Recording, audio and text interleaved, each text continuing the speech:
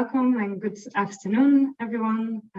Thank you so much for tuning in to our second DigiGen webinar. So right before your weekend, today's webinar will focus on the key profiles and risk factors of the digitally deprived children in Europe.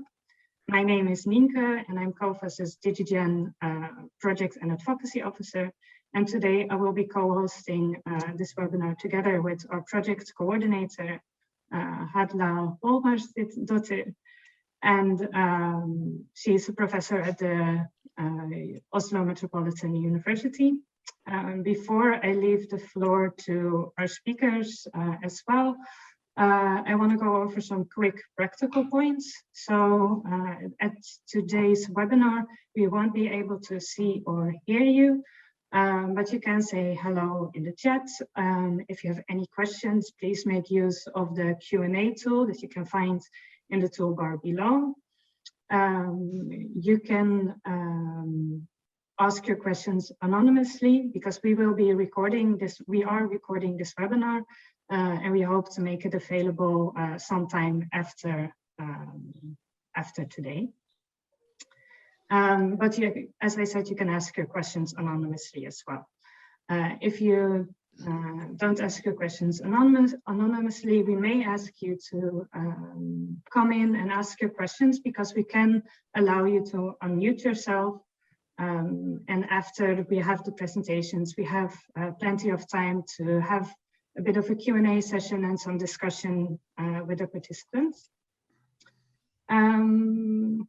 So yeah, I also want to say, if you're on Twitter, please make sure to tag us. We have @DigiGenEurope, or use the hashtag DigiGenEurope, so we can have an online conversation about today's topic as well. And I will quickly introduce you to our speakers today.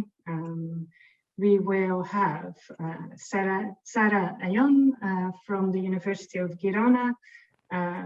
She's an associate professor there, and she is a co-author together with Halla of our working paper, Digitally Deprived Children in Europe. And she will present the prevalence of digital deprivation among school-aged children in Europe based on the latest EU SILC data.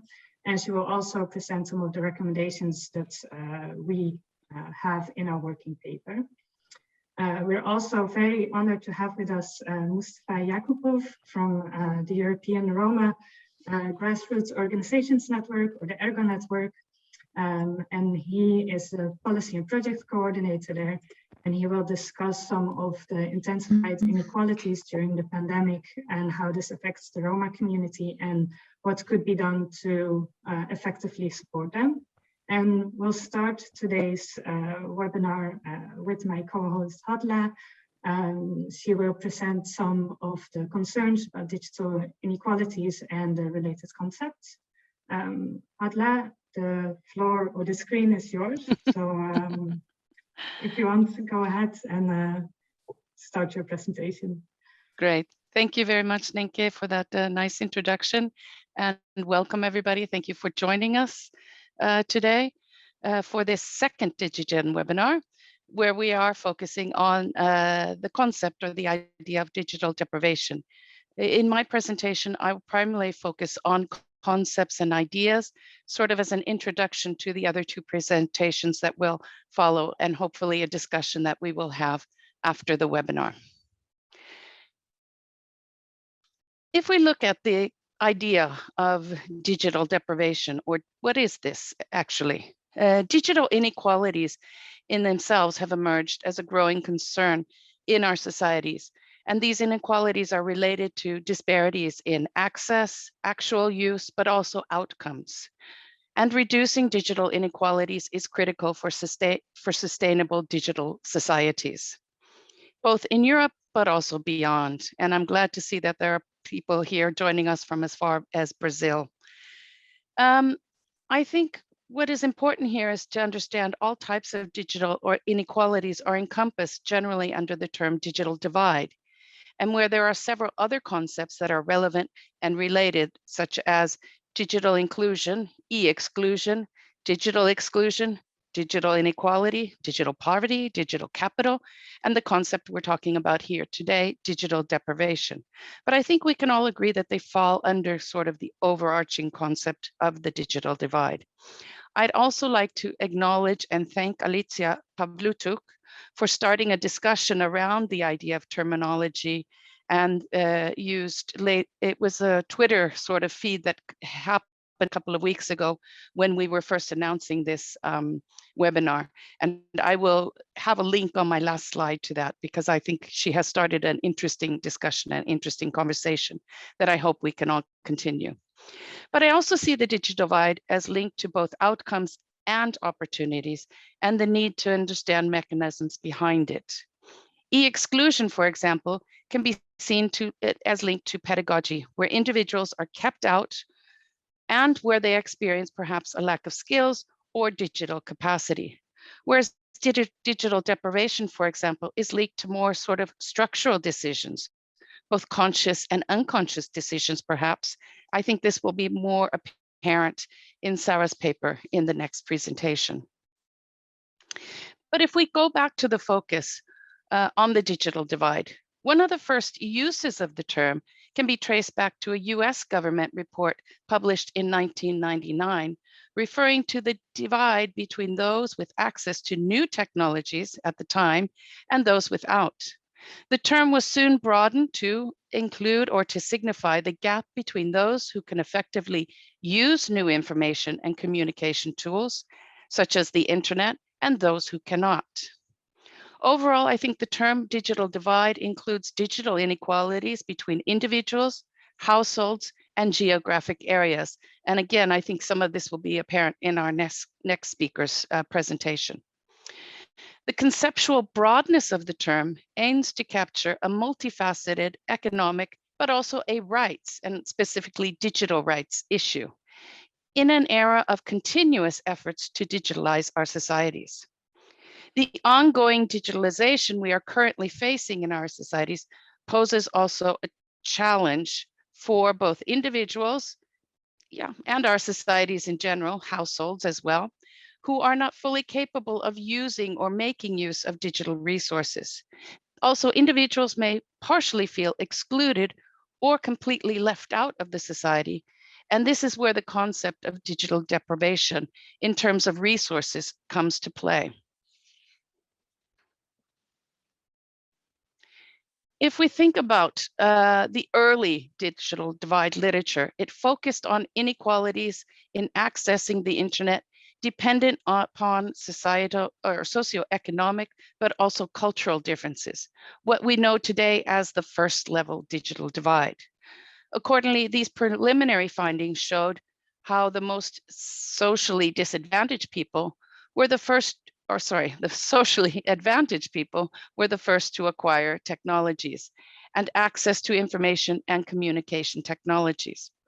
However, as we increasingly became technologically advanced and more technologies within our society and the diffusion of ICT and the spread of the internet, scholars expanded this definition by including different uses of the internet and the possession of different grades of digital skills, what is known today as the second level digital divide. This second level divide showed a kind of stratification and inequalities in terms of both internet usage, but also online participation. And then finally, researchers have also identified the third level of the digital divide, which then refers to inequalities in terms of the benefits, but also the concrete outcomes that users can gain from ICT usage. And I think these are really important things to be kept in mind, especially as Sara is presenting the paper itself. The relational aspects of technology use have, however, been more central to studies of unequal access to the internet and internet-capable devices, commonly referred to as digital inequality, digital inclusion, or exclusion. The broader focus reflects that technology experiences for people with constrained connectivity more obviously depend on other people by, for example, going online in public spaces like libraries or using devices by family or friends. I think we all remember first when the COVID-19 pandemic lockdown took in effect, there was some videos or some pictures going around on Twitter. And I remember Sara and I talking about this one picture where there were two kids sitting outside, I think, I'm not sure if it was a McDonald's or a Taco Bell or something in the US, doing their schoolwork because they didn't have access to technology, but they could get free Wi-Fi. So these are some of the things that we're talking about here. Social interactions are fundamental to also how individuals secure access to personal technologies. For example, Rideout and Katz report that 1/3 of lower income parents with school-aged children feel they have insufficient time online because they share devices with too many family members. The findings suggest that social negotiations for digital access occur even when families own digital devices and are able to pay for an internet connection. And lower income parents with school-aged children are an important population for scholars concerned with digital inequality and intergenerational social mobility. I think policymakers and educators are increasingly concerned that unequal access to technology exacerbates inequalities in the educational opportunities between low and high income students. And the primary response to those concerns have been efforts to increase in-schooling technology access. But I think as Sara's paper will show also, some of the discussions around the deprivation issues, while we have access to maybe more technology in school, it's also the outside school access that's important. With the growth of digital technology, both the benefits bring, of course, around both benefits and risks.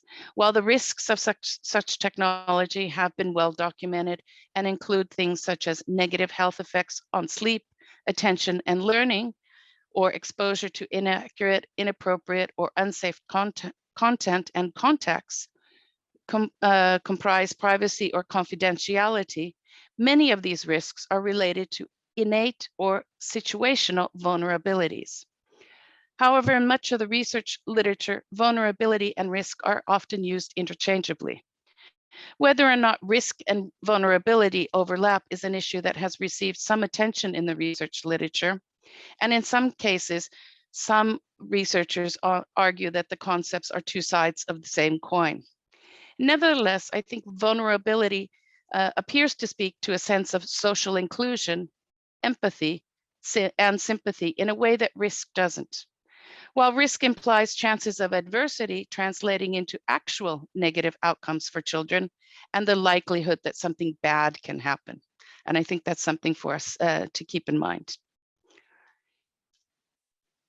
In our working paper and the upcoming in our upcoming working paper, we also provide a first step in contributing to a more precise understanding of the concept of vulnerability and risk with regard to ICT use. But what does it mean to be vulnerable or at risk? Of course, in our investigation of this question, there is a need to also likewise consider the value of digital activities along with the ideal uses of technology that form a bridge between the various ecosystems, for example, that you see here surrounding the digital generation and the technology itself. So here is our kind of model that we've been using in the project, where we look at both the family life, education, children's leisure time, and their online civic participation. And for us, these are the important ecosystems and looking at the different technologies that surround children's and in their everyday lives. These foci are part of the overall then project objectives, but before we can start considering the use and the value of technology, the question of access is particularly important. And the focus on access then is examined in the next presentation under the theme of digital deprivation, which is part then of the larger project report, which we hope will be available on our website in the next couple of months.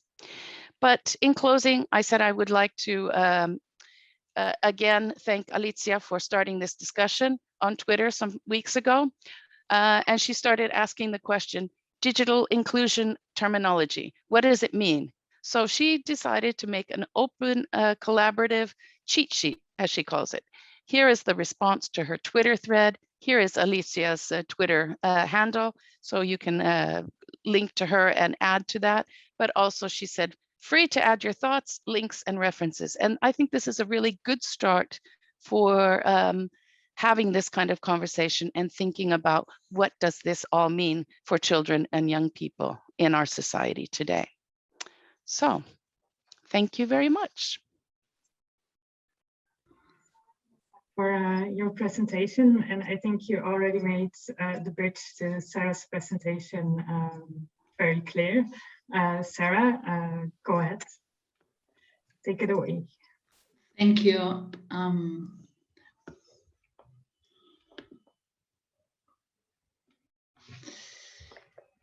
There we go. So thanks again for the presentation. As Nienke said, I'm Sara Ayllón from the Department of Economics at the University of Girona, and I'm in charge of with part of the quantitative analysis that we are doing in the DigiGen project. And this one piece of research we've done, it's about the digitally deprived children in Europe. And I will go into detail from now on, what do we mean by digitally deprived children? And more importantly, this is joint work with Halla, who you already know, and Samuel Lado, who's also at the Department of Economics at the University of Girona. So, as we all know, the COVID has changed completely the need for internet connectivity and the need for technological devices for everyone in society, but especially so among children. As we know, many countries with the objective to stop the propagation of the virus, they decided to close the schools. And when they decide to close the schools, they substitute with teaching online, perhaps assuming that all children, have this access to go online and get themselves their education.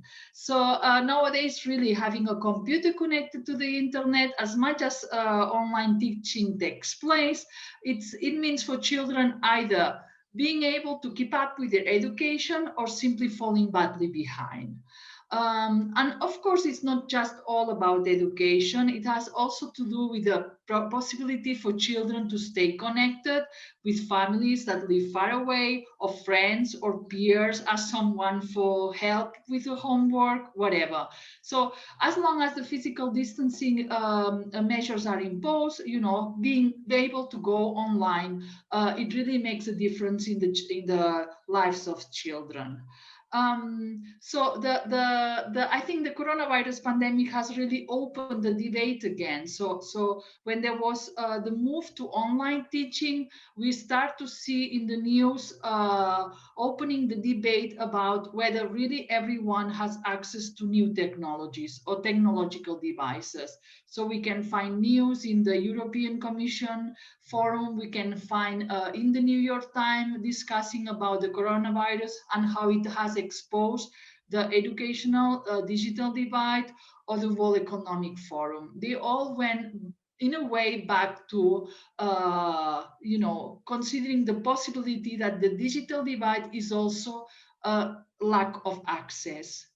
Okay, so as you will see, this is just a summary of what I'm going to be presenting in the next minutes. As you will see, in a developed Europe, not all children have access to a computer, not all children have access to internet connection. So with the latest wave available of the EU Silk, and that refers to 2019 because data for 2020 is not yet available, 5.3% of children are digitally deprived. So this means that they live in a household where they cannot afford to buy a computer, and or they live in a household that they cannot afford to have internet connection for personal use at home. So it's quite an important number, right? It's like 1 out of 20 European children do not have access to online learning, let's say, as basic as that. So the paper that is already available in the webpage of the DigiGen project, you're going to find this detailed account of who are the digitally deprived children in Europe, where they live, and what are their associated characteristics to digital deprivation. So I think this is key if we are to design policies that are to tackle the problem. We need to know where these children are, where do they live, what kind of families they live in. So this is what the paper aims to do. So a little bit of literature review, and I think Halla has already tackled some of the things that I wanted to say.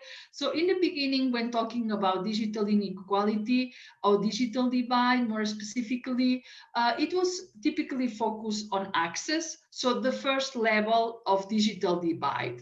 And at some point in the literature, it was assumed to be largely resolved. So perhaps we don't need to worry so much about access. Now what we need to do is to worry at the next level, which is digital competencies or digital skills, as often referred as the second level of the digital divide. But I think the pandemic has come to show us that the assumption that everybody has access to and can use internet, it's not true. It's not, at least it's not accurate. So it has served to demonstrate that there are children in Europe that face inequalities in access as much as they also face inequalities in competencies or digital skills. So we take first a broad definition of what do we mean by the digital divide. It's the OECD definition for digital divide, which is the gap between individuals, households, businesses, and geographic areas at different socioeconomic levels with regard both to their opportunities to access ICT or to their use of the internet for a wide variety of activities. And I will narrow down this definition to come down to digital deprivation and what do we mean by that. But in general, the idea here is to assess access and not competencies or digital skills, though they are very much related, because in a second paper we are working on now, we are studying digital confidence and digital interest. And we are seeing that there is a very strong correlation between lack of access and also lack of interest or lack of confidence in the use of new technologies. But that's forthcoming in the project. So what do? We take the European Union Statistics on Living Conditions data set, so known as the EU SILC. We take its cross-sectional form, so that kind of a data that we don't follow individuals over time, we just have big sections by year of the population that answer a certain number of variables. So as I said, the last wave available is for 2019, which, you know, maybe a lot has happened since then, but we don't have such information. So we have to work with what we have. And for some of the results, you will see that we also take the last 5 years and not just 2019. And the EU SILC is great on several things. The first one is that it gives us a comparative evidence for 32 countries. So it's a data set that collects the same information in the same way in 32 European countries. So that gives us really room for comparison between European countries. And then the other great thing is that it provides a lot of information on socioeconomic background. So household income, parental characteristics like labor market attachment or educational attainment. We also know about the household structure. We also know about which items they lack. We know a lot of information on the background of children.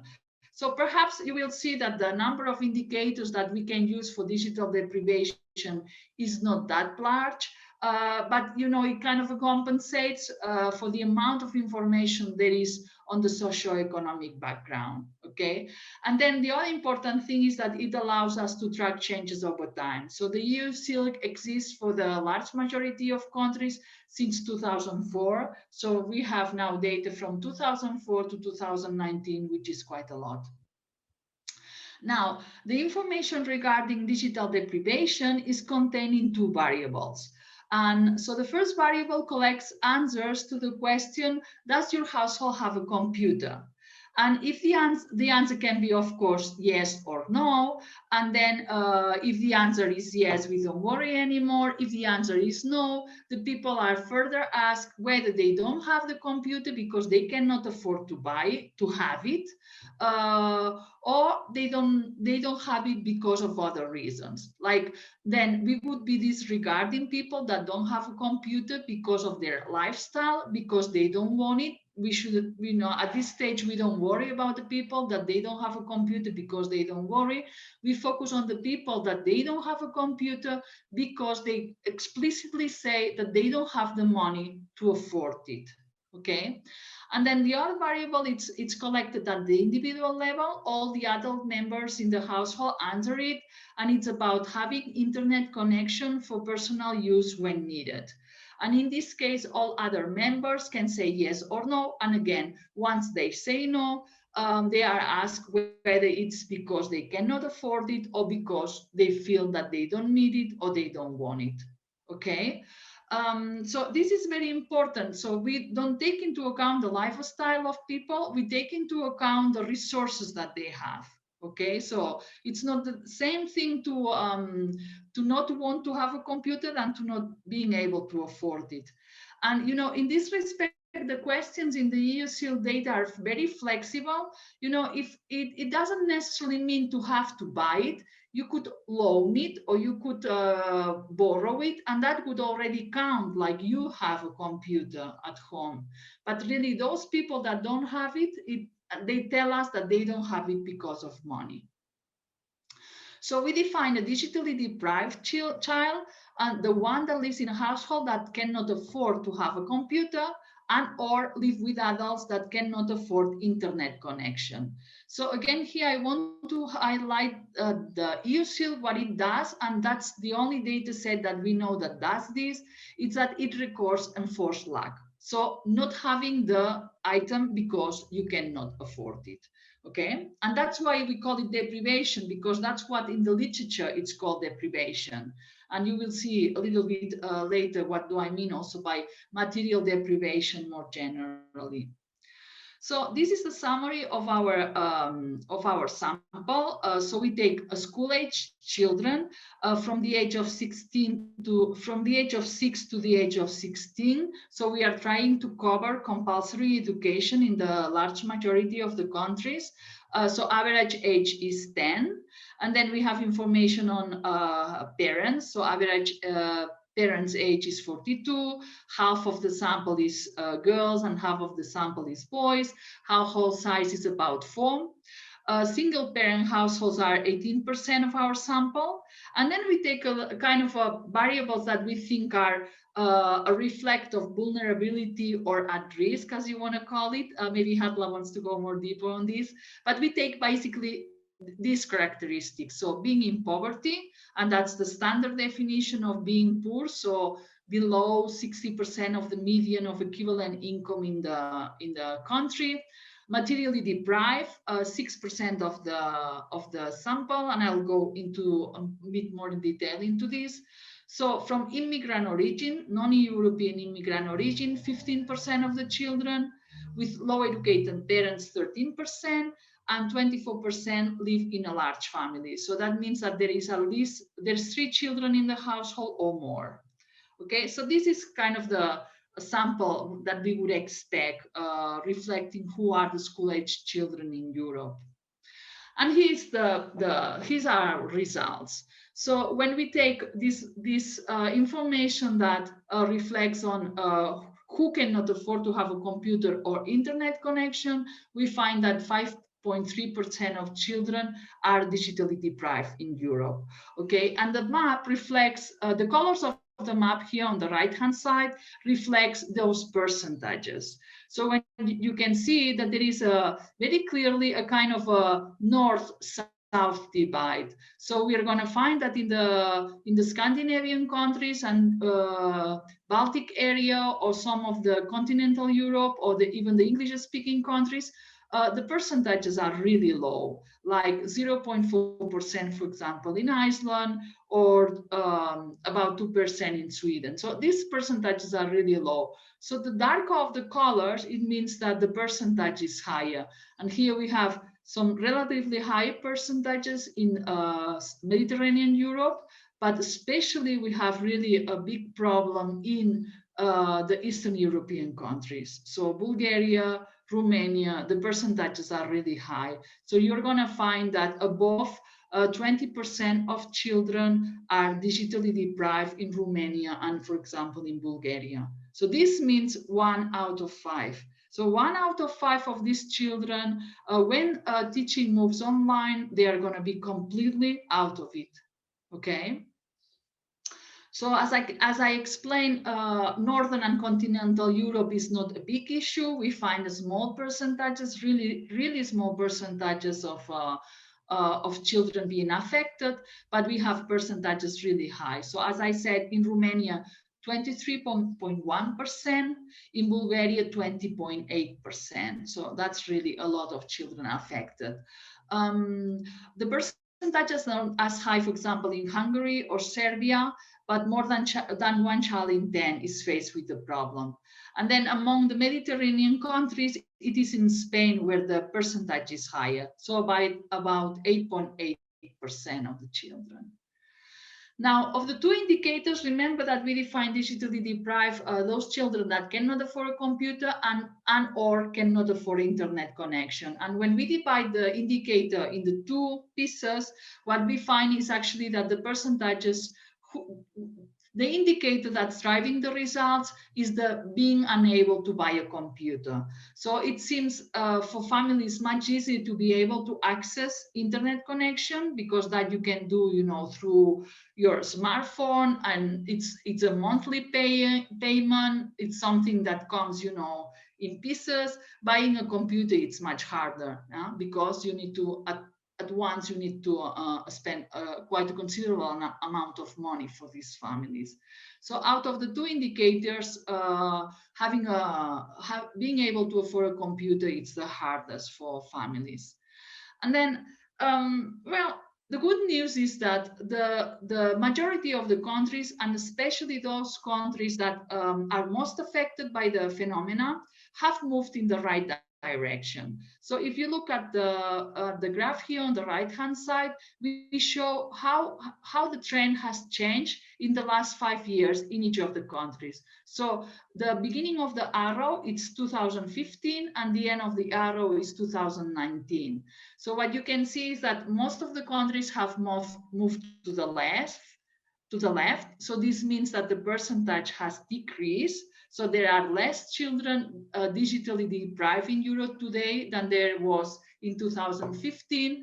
And especially the move has been more important for those countries that have higher percentages. So in a way, this gives some hope. The change has been towards the right direction, but there is still lots to do. I mean, we're still talking, as I said, of 1 in 5 children in Bulgaria and Romania, for example, being affected by the problem. So even if the move has been in the right direction, I think there is a lot of need for policy intervention in this respect. Now, we wanted to see which are the household characteristics that are associated with this digital deprivation. And as I explained, we considered kind of 5 risk groups. So single parent households, poor families, materially deprived households, at least one parent from non-European origin, parents with low education, so at most having lower secondary education, and having at least 2 other siblings under the age of 18. And when we ran relatively simple logistic regressions to see which of these different risk factors are associated with digital deprivation, we find that there is one factor that takes it all. So being in severe material deprivation explains a lot the percentage of children being digitally deprived. So this means that these children are not only deprived in terms of digital technologies, they are deprived in many other aspects in their life. So this just adds to the problem. Okay, so being in a household that is materially deprived And I will tell you in a minute the number of items that we consider when we take a material deprivation. It increases the likelihood of being digitally deprived by a factor of 6.7. So you take a kid in a household that is already suffering other dimensions of material deprivation, he's 7 times almost more likely to also be digitally deprived, okay? Other associated factors are also poverty, of course, because we have a problem of affordability, but also low educated parents. So children from low educated parents are 3.3 more likely to be digitally deprived, and children in a poor household are 2.9 times more likely to be digitally deprived. The rest of the factors are all statistically significant, so it means there is an association between lone parent households or 3 or more children in the household, but those that really explain digital deprivation are material deprivation, poverty, and low education by the parents. We have also broken down the results by country cluster. So we couldn't do it by country because for some of the countries the sample is really small. So we take, for example, Iceland, and we have already seen that only 0.4% of the children are digitally deprived. So we couldn't really run a regression with those observations.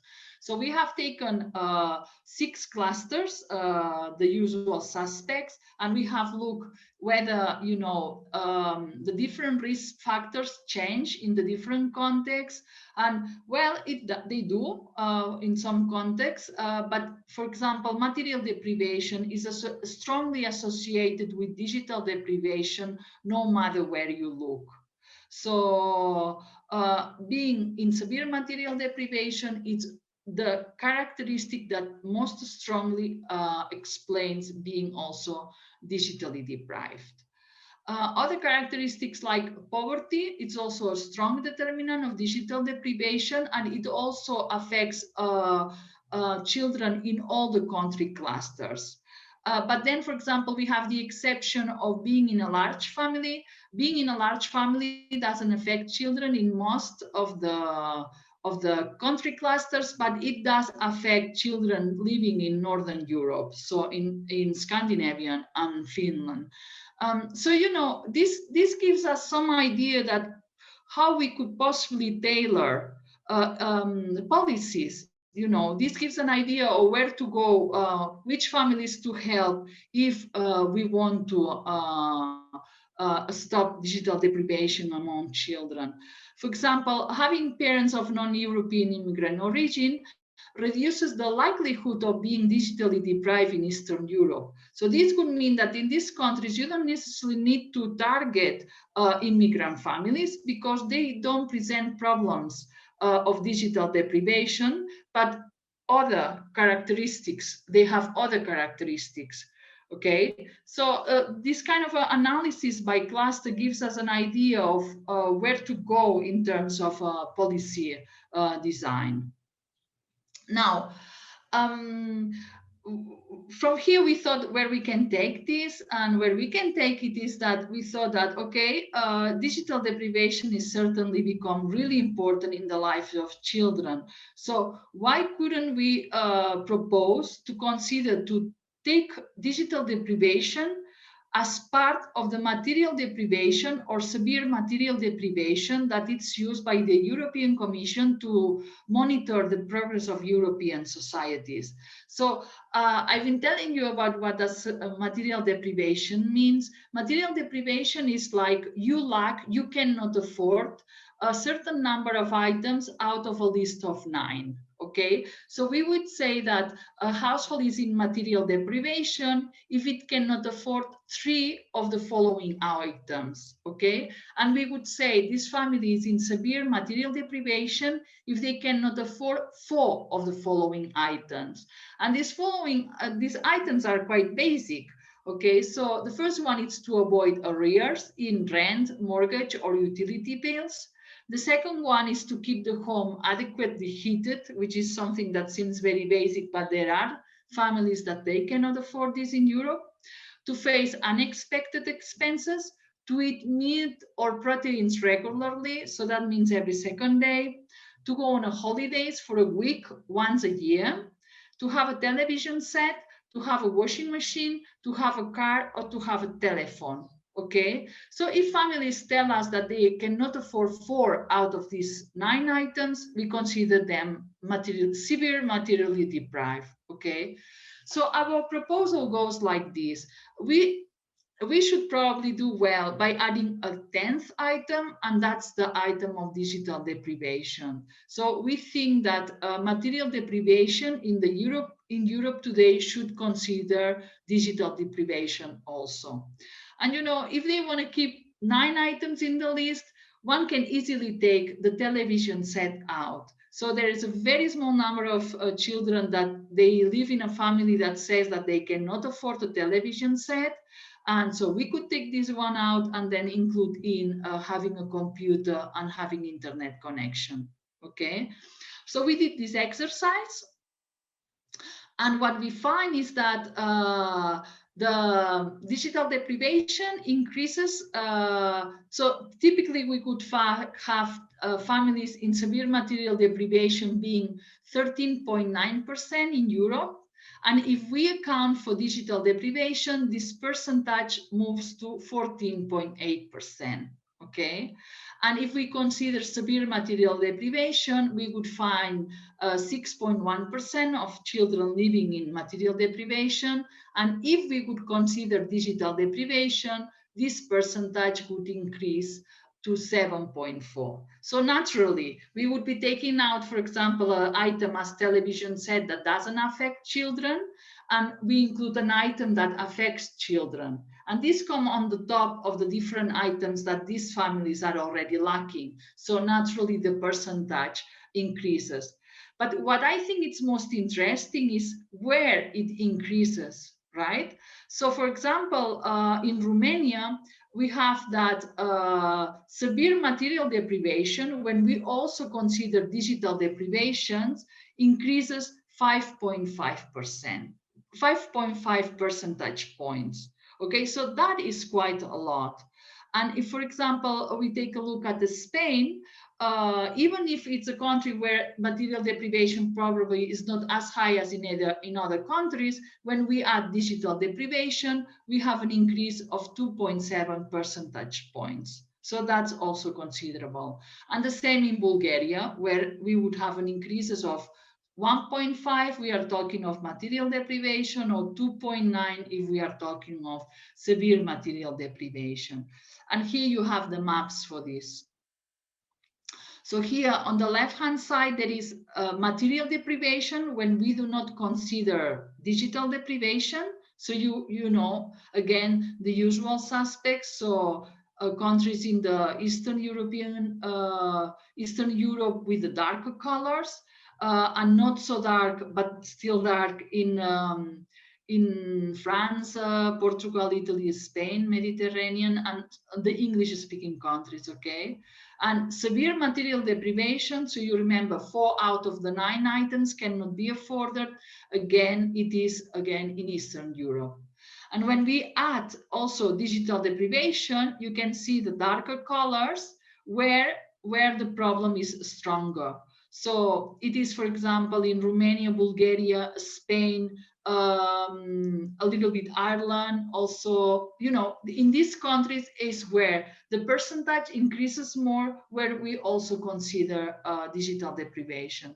So again, this gives us a hint of where policies should be targeted, because we should be considering digital deprivation as part of material deprivation. And, you know, this tells us where to go to reduce the problem. So to conclude, I think I have shown you that digital deprivation is a problem among school-aged children, particularly so in some countries. And of the 2 items considered, you know, being unable to buy or have a computer is the most prevalent incapacity. The phenomena is particularly widespread in Southern and in Eastern Europe. And as I explained before, we have particularly three groups at risk. So these children that suffer material deprivation in other aspects, they are also digitally deprived, also those in poverty, and also those with low educated parents. And other characteristics change a little bit, depend on the country cluster.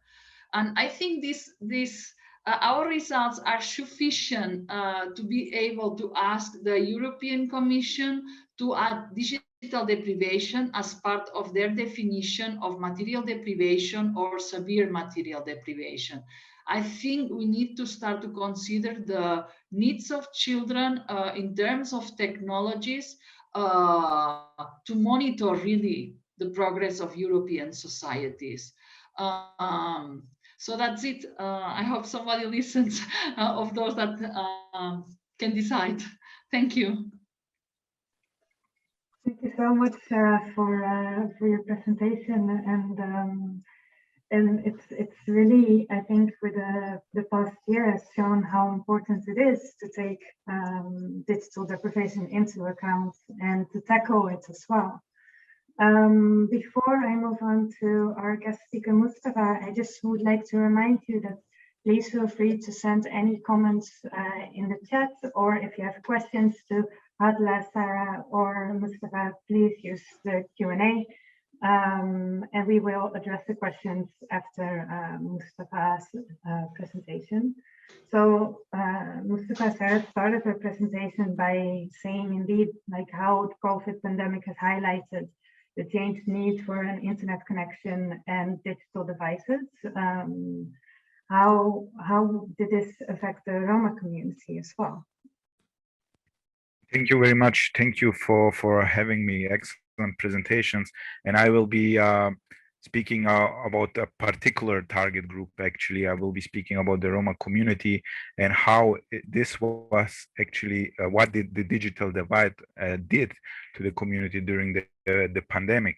So I will be focusing my intervention today on speaking on like giving a short introduction about the impact of the COVID-19 pandemic, but then also highlighting some of the obstacles and solutions to improve, but also then give a recommendation specifically targeting the group I'm speaking about the Roma community. So during the pandemic, actually, the existing digital divide that was already there became more evident between major society and the Roma communities, because as education moved online, it rather became an obstacle than a safety measure for the Roma students. So Roma families were and are still lacking infrastructure in terms of access to electricity, internet, as well as access to tool and equipment.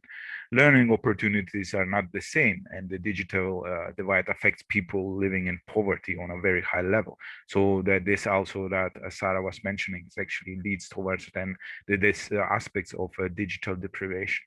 So vulnerable social groups like Roma families are especially at risk, even by the COVID-19 measure that need to help them. These families are the first finding themselves out of jobs. Children following suits as early school leavers, due to the parents not able to help them in providing basic access for the school assignments, or with their school assignment effectively renewing poverty. So just to clarify, so practically Roma families were like the parents were losing their jobs, and this actually also fuels further this vicious cycles of exclusion. So on one side, you have Roma students that are left out and affected within this existing digital divide, but then while on the other side, our lives become more and more dependent on efficiently using ICT tools, and now in terms of a lack of access for people living in poverty means that they don't have the existing basic skills in ICT. So the training portfolio is very weak when we talk about digital literacy, and for those with non-existing knowledge in the field of ICT, this further means inequalities, and also then, particularly speaking of education, this means also exclusion out of educational processes, but also then the access to digital tools and technologies as well. So we are aware of certain policies or the Ergo network, the European policies regarding digital. I would be focusing also a bit on the digital education.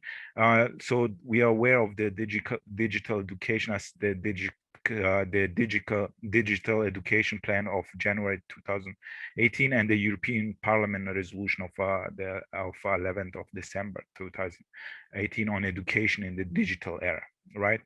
And now, however, this digital plan does not tackle Roma digital divide and countering the effects of modern exclusionary practices. So we need an approach to fill in the existing knowledge and skill gaps that are identified. So we practically need a support system that would boost ICT and digital competences, as well as promote digital citizenship among Roma community. So if we look back again, then we are actually coming to the principles of digital citizens, where we must help Roma and Roma students as well to quickly actually find a way out of the existing gap, which is this knowledge and skills based. So we need to actually properly work not to have a Roma left out as digital citizens and that cannot benefit from very simple values of digital citizenship based on respect, education, and protection. So this being said, the values of digital citizenship, as well as embracing the themes of digital citizenship, are important for the Roma community, such as access, communication, literacy, ethic, rights, and responsibilities. On the other hand, we as, for example, Ergo Network must ensure that the themes of law, health, and security are addressed to the relevant stakeholders, because policymakers, stakeholders, and authority must be more aware of their responsibility to take into account what is happening to the marginal or socially excluded groups. So this is very, it's a very interesting phenomena, because you have the socially excluded group, and this exclusion has only just transferred into the online sphere as well. So and this leads us to the impact of the COVID-19 pandemic, because you have many of the Roma students out of the process of online education because they are unable to follow it. They don't have a proper infrastructure, as I mentioned, and they're lacking also the equipment, but then also proper housing, and there's no encouraging or supportive home environment, language assistant, internet access, possessing a laptop or PC, as well as access to electricity. So practically, there are no minimum conditions that would allow children that find themselves in this process of online education to follow it as they should. So they are digitally also deprived from it. However, if since the lack of internet access and electronic devices is higher in the region where there's a significant number of Roma living, this means most children cannot attend online classes, which contributes further to the long-term effects on their school performance and continues this cycle of exclusion that I mentioned earlier. So while we are speaking about finding a way forward or working together about minding the gap between the major society and the Roma community, we need to take in consideration certain other barriers. So, like, for example, anti-Gypsyism.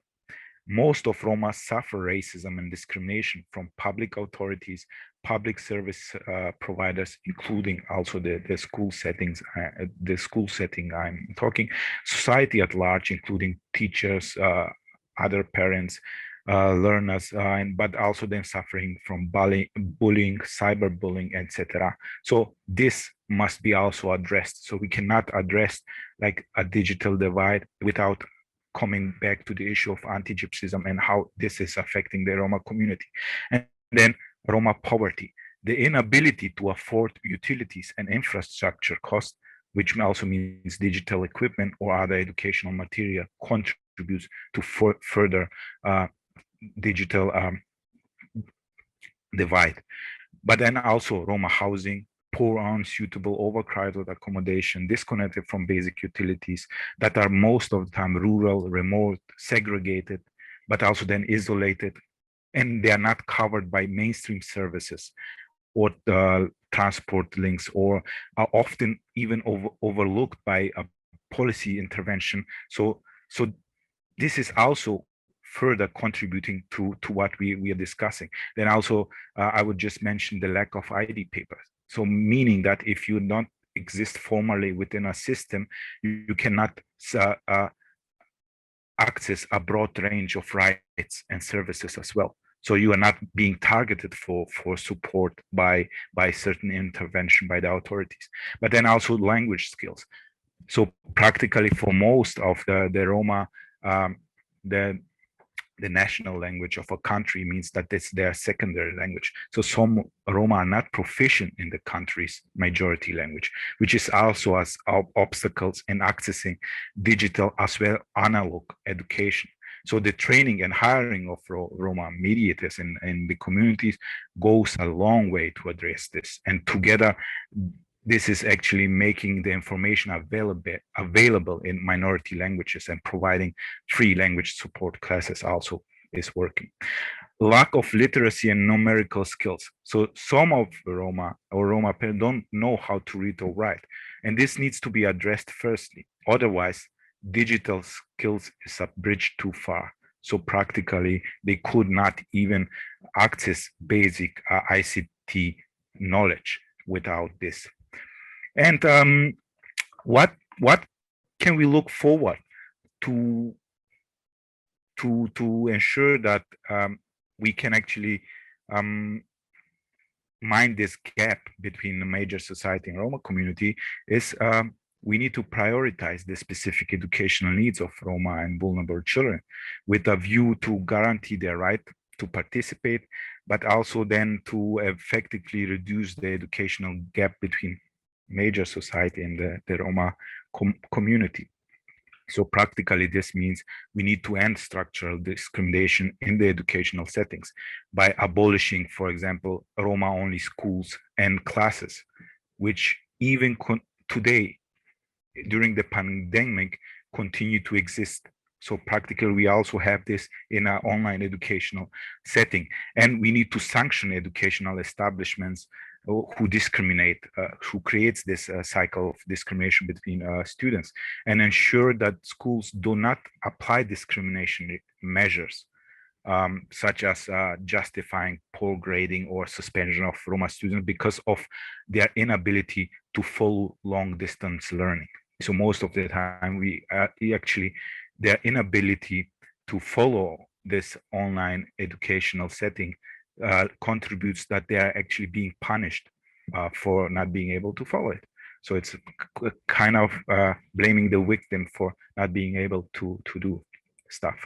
But also we must look into tackle the high rates of also early school living, because everything I mentioned are actually causes and obstacles. So we need to provide additional targeted support for those who need it. We need to work with school mediators, in-class or virtual assistants to support teachers and educators to provide major language support and after-hours support, and etc. etc. So we need to really work on promoting these positive narratives of diversity and social cohesion within this educational setting, as well as create better awareness about Roma, their history, culture, and tradition. So we need to curb the digital divide. So this is very important. Several countries, like for example, Bulgaria, Hungary, Romania, Slovakia received a country-specific recommendation in 2019 to improve access of Roma to quality education. So, and they then actually, this leads us further to one important issue. It's the lack of disaggregated data. So we don't know how successful certain measures are that are targeting a particular group if we don't have this data by ethnic origin. So you have like the EU anti-racism plan that includes provision, but then also you have a European pillar of social rights action plan, but you have the European Union wanting to help 92 million people that are finding themselves in poverty, out of which you have a population of 15 million Roma. But how can we measure that in the end that these are actually working and helps the community and is being inclusive? So this is also one of the issues. So we must curb the digital divide, as already mentioned, and it because it's a dear reality, particularly in poor, segregated Roma communities. We need to improve infrastructure, equipment, but also we need to work on knowledge. So by providing basic literacy and numeracy skills where this is required. So we need to also render that this digital process of inclusion is really inclusive. So we need to fight discrimination, and in particular anti-Gypsyism in all its form, including the institutionalized one. And yeah, we need to actually remove all this, because these are barriers practically, so that are actually contributing to digital deprivation and the digital divide. So we need to remove like this financial and non-financial barriers to online education, particularly for this disadvantaged groups such as the Roma, and support learners and their families in a very comprehensive way to combine adequate income support scheme, including housing and utilities, educational subsidies, and provision of accessibility, but also to make sure that there's something affordable, quality public services, but and to support better data collection on hate crime and hate speech, because we need also to follow this trends. So lately, with the ongoing pandemic, anti-Gypsyism is now also prevalent online. So you also have online anti-Gypsyism, which is appearing in taking shape in hate speech, which further contributes into hate crimes. But then also today we are speaking about this digital deprivation and digital divide, which can be also seen from the specter of anti-Gypsyism. So I would be stopping my intervention here, and if there's any questions, I would be happy to take them as well. Thank you very much. Thank you so much, Mustafa, for your insights and the effects this has also on the Roma community, and for highlighting that it goes so far beyond just the physical access as well, and that we see so many of the offline struggles also represented online.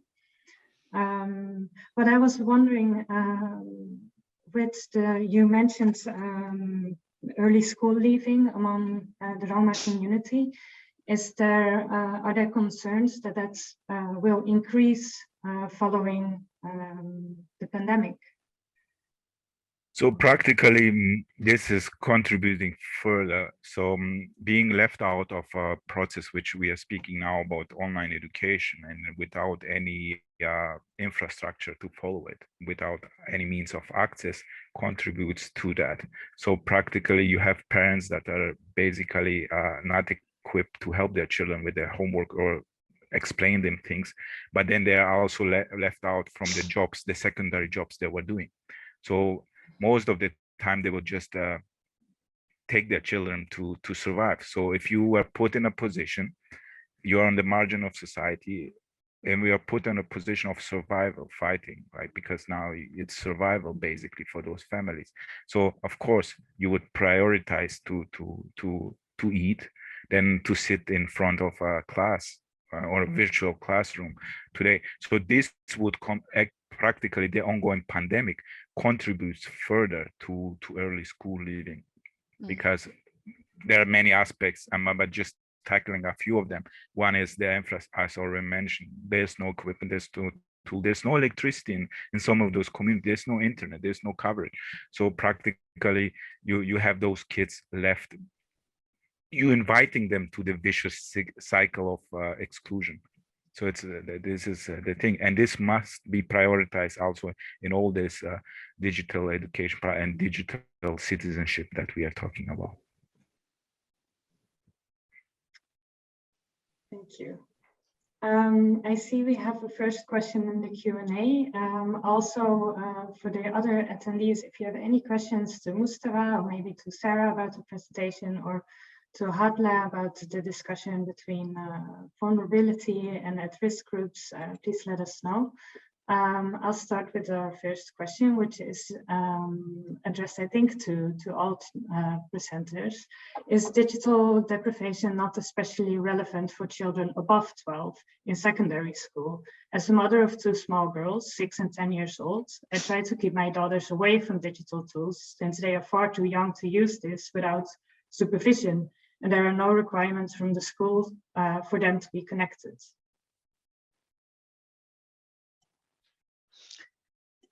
Sara, do you want to take this, or should I attempt to? I'm happy you take it. Yeah, okay. I mean, you're asking a very big question, of course, and in some ways, I think it has to do with what the school expectations are and what schools expect from children. But I think we are seeing it. I can at least say from my experience here in the northern part of Europe, more and more digital tools and digital technology is being used lower and lower grades. We're even seeing it in early childhood education, even from grade 1.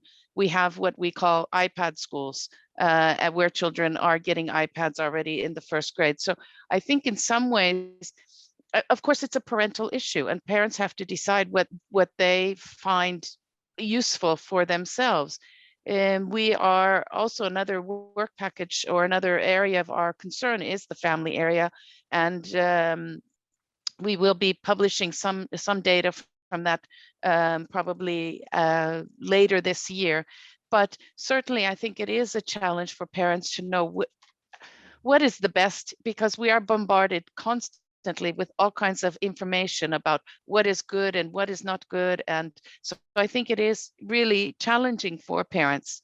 But I think also for parents to be able to understand what are the good things that children can do. And I think having maybe being with them online early, I agree with you that we shouldn't just let them, here's the internet and go wild. So we also as parents need to be responsible for our children and sort of give them the skills and the education along with what the education sector can do. So I hope I've kind of answered your question a bit. I don't know if either of you want to add to that. Yes, well, I think at least, you have the choice. I mean, you may decide that you don't want your children to go connected, but you have the choice. The internet is at home, and then you can decide how many hours they connect or not, or if they don't connect at all. But what this, I think our indicator is telling us something different. It's telling us that even if you wanted, you couldn't access it. Even if you wanted to access it for the good things, which, in the project we are having, there are good things about being connected. These children don't have the choice. And I think this is something that it's very important to be discussed.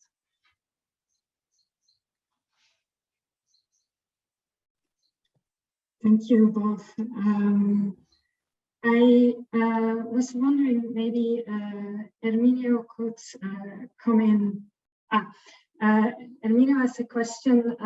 As a first step to fight digital deprivation, should governments guarantee free internet access for all schools and special fees for all students, specifically those most deprived? Yeah, I mean, I try to answer that. Yes, it definitely needs to be an affirmative action in regards of this, especially when we are talking about moving something from physical to online, and making sure that no one is left behind. So practically free internet access or access points in certain communities or coverage is needed. But then also when we are talking about helping access by providing tools or equipment, that's also important.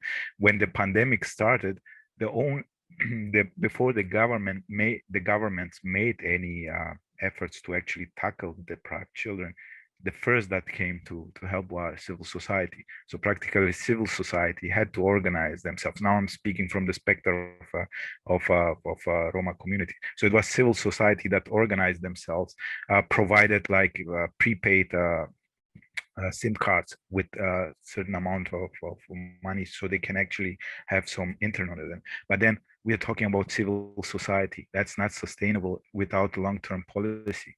So it's like, it's like you're being barefoot and you don't have shoes, but you're still walking on the street. And the only thing to do it is you're just putting a plaster on your foot and you continue walking. So without long-term policies that tackling digital deprivation or digital divide, digital exclusion, we cannot speak of. So I would, yeah, it's definitely the government's job to ensure that everybody is included in this process. Sara, do you maybe have anything you think you want to add to that? I couldn't agree more. I mean, I think that there is need for guarantee, and I mean, this should just be part of children's digital rights. I mean, it's such a basic access. It should be guaranteed. Yes. Mustafa, we did have one question actually, which was asking about, are there any data from any country on the effects of COVID on the participation of Roma children in education during this time? Do we know of any specific data from any of the countries where these populations are? I responded to it by writing. Okay. So practically, Ergo did a research on a study on the impact of COVID-19. So in the European Union and in the Western Balkans. So I also posted the link. So this available. The study is available, so you can actually see the impact from many different angles, but also from the gender perspective as well.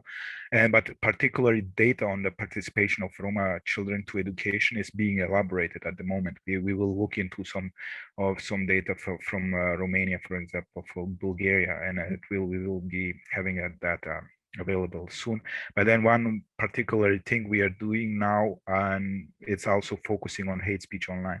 So we are actually also working now because it's many issues. Pandemic actually made it visible, issues that were there, but we never considered them relevant. So they actually appeared now. So we are also focusing now on online hate speech and how to ensure that this is being tackled as well, because one thing in order to be able to talk about equality and fighting about racism and all this thing, we need to admit that society is not run by merit. So it's not the American dream we are living in. So it's like really, it's a privileged society where some are having privilege and they need to acknowledge us, and then they're less unfortunate, a targeted group that is excluded from all these processes. But you can always follow everything in terms of that is available on the Ergo Network website. So we're constantly actually publishing all these papers and researches for advocacy purposes. Wonderful to know. Great, thank you. And I think we have another question, which is more focusing on the second level of the digital divide. I don't know, Halla or Sara, if maybe you could say something about that. The question is, what is the status of the second level digital divide, so the digital use of skills in Europe, and how can this be measured, and how different levels of digital divide are connected with the digital deprivation? I think Sarah, you already mentioned that you saw some links with the digital deprivation and confidence of youth. Yes. Is there already something that you could say a bit more about that? We are working on it these days, and this is going to come also out together with the digital deprivation. So what we have been analyzing is two variables. One, it's about digital interest, and the other one, it's digital confidence. So given that you have access, because it only makes sense to study that for the children that already have access, yeah, we find a percentage of children that don't have interest in ICT, and considering that, for example, in the first wave of the pandemic, many schools went moving online. If you don't have interest in ICT, I believe it's harder for these children to actually learn through the internet, okay? And the other one, which is also very important, is confidence. So we have a number of children that literally say that they are not confident in the use of the new technologies or the use of a computer. So we are assessing that, and we are finding interesting relationships with, for example, being bullied. So children that tell us that they have been bullied in school, they are more likely to lack confidence in new technologies, and also they are more likely to lack interest on ICT. But we are still working on this. In a couple or 3 weeks more, we have more final results. And by the way, it's taking the data from PISA, which is only from 2018. So, in the summer, we will be able to say a little bit more, because then a new wave of data from PISA is going to come out, and then we're going to be able to update our results. But that's next in the DigiGen. And I think it's also important to underline that, of course, the digital skills part is partly what we measure sometimes in test scores and education through local, at kind of national level. But there is also the ICLS study, with the International Computer Literacy Study, which actually 2 of our team members are part of, and they will be having new rounds of that. So I think these are kinds of things that we probably will be able to use better to understand the skills aspect that our participant was asking about. And I think this also reflects what Mustafa was saying about the other problems that there are maybe with language, with support, additional support as well. I think maybe we have a question from Maria. I will ask her if she wants to unmute herself so she can ask a question. It's to Sara. Let's see. Maria, you should be able now to unmute your microphone if you want. Do you think you can? Do you want to come in? Otherwise, I'll. Yeah, I think we should be able to hear you. Hello. Yes, thank you very much for all the presentations. They were very interesting. I'm interested, as you know, in education of Roma children. So I would really like to know where and how are other countries doing with the most deprived, materially most deprived children, and how online education, how children in deprived families were able to access online education in other countries. This was one of the questions. Yes, and then I don't know what was the question that you were referring to, Ninka. You mentioned whether tablets could replace computers. Yes. Yeah. Yes, because in Romania tablets were given to children. So I was asking Sara. Sara mentioned computers as being essential for digital deprivation. So not only access to internet, but computers. Yes. So does computers can be computers replaced by telephone, by mobile telephone, by tablets, because tablets are one of the gifts given by governments to children in poor families. Yeah, so, you know, as in quantitative analysis, we are always restricted to the variables that we are given. And unfortunately, the EU Silk is very rich on this background, socioeconomic background information of children, but it's pretty limited on the number of indicators that you know are included. So we don't have information on tablets, for example, in the house.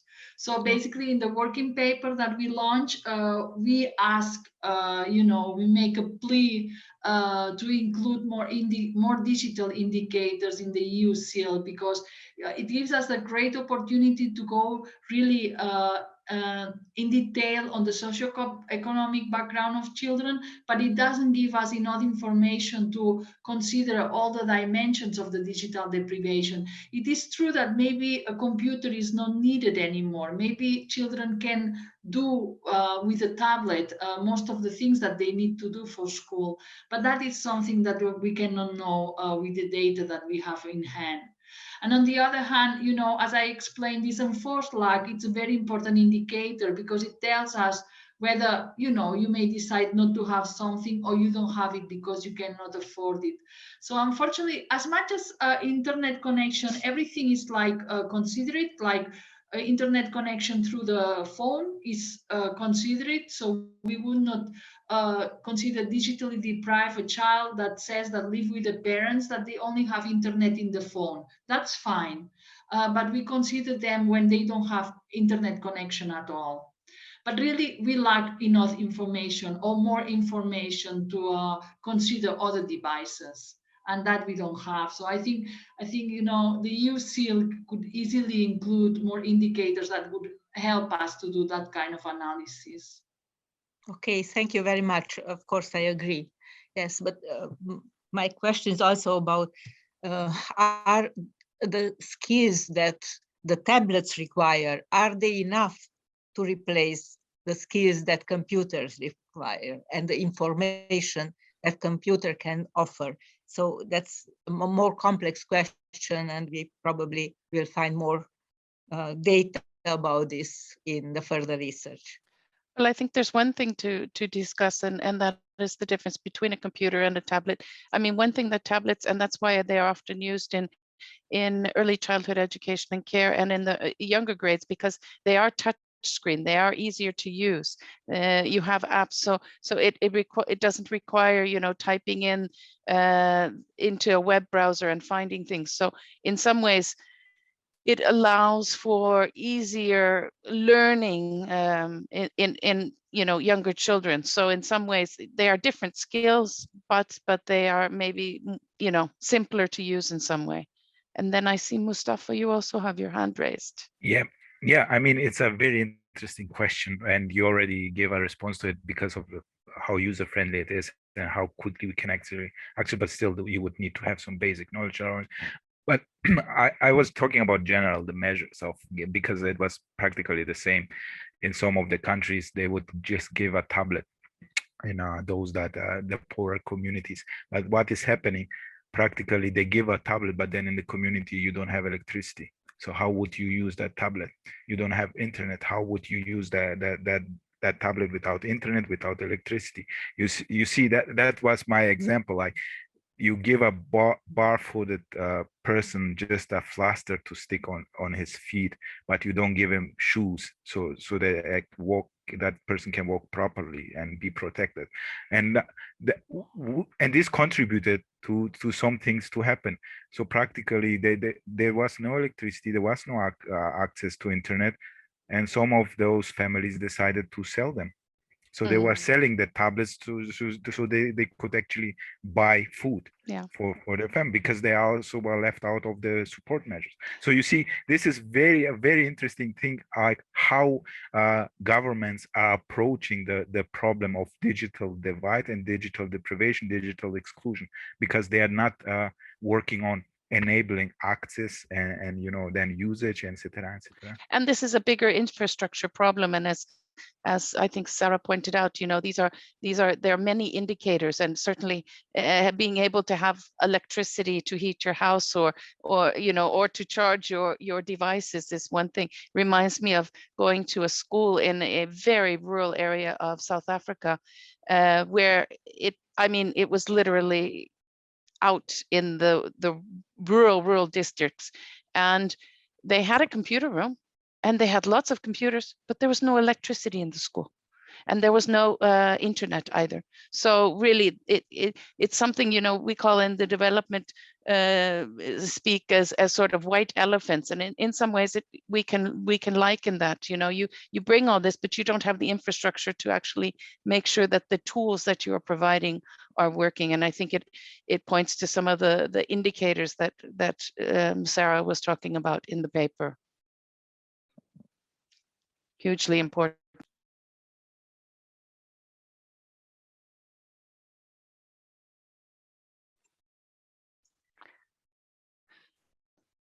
Do we have any other questions from the audience, or any issues that you feel like you would like to discuss that we haven't discussed?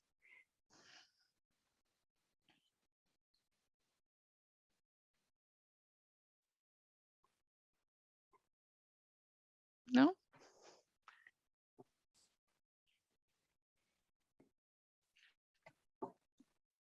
And Ninke, what do you think? We're a bit earlier than planned, but we had, I think, a lot of time to discuss the different points. If there's any other questions, you can always contact us through social media as well, or send us an email. Our email addresses are available on the DigiGen website. I think Mustafa's email addresses can be found on the Ergo Network website. We would like to keep the conversation going online. The recording of this webinar will soon be published on our YouTube channel. And we also would like to invite you to our next webinar, which will take place on May 26th, which is on the digital generation's political voices. You can register through our website. And we also propose you save the date for the 22nd of June. We will have a full day online policy forum in which we will discuss some preliminary results of our project, as well as how our data can support a wide range of stakeholders in their effort to secure better use of ICT tools and devices for children and young people. If you want to learn more about Mustafa's work, go to ergonetwork.org. I would say a big thank you to everyone who tuned in, and a thank you to our amazing speakers for taking the time to give their insights, present the paper, and share with us some of the realities of the Roma community. And I wish you a very happy weekend. Nenki, we also had one comment about being able to share the presentations. That would be wonderful. So certainly Sara and I could do that, or at least Sara's. I don't know if mine is so informative without my notes. And we've discussed that, but if anybody would like that, please let me know. We might make that available also with the notes. But certainly Sara's presentation is probably more informative than my cartoons. Yeah, definitely. It will be available on our website. Great. We should put it available in the Yeah. website. And so I will make mine available. I see that they would like them to, as I will make it available with the notes. It'll take me a few days to put on all the references, because I think it would be important to have that. So, but we will make those available, definitely. So. Great from Brazil. You're welcome. All right. All right. Well, thank you, everybody. Okay, and thank you. we look forward to keeping up the discussion. And Yeah. Alicia's Twitter link will be on the presentations that I was sent, so you can add to that as well. Thank you. All right. Thank you. Bye-bye. Bye. Thank Bye. you.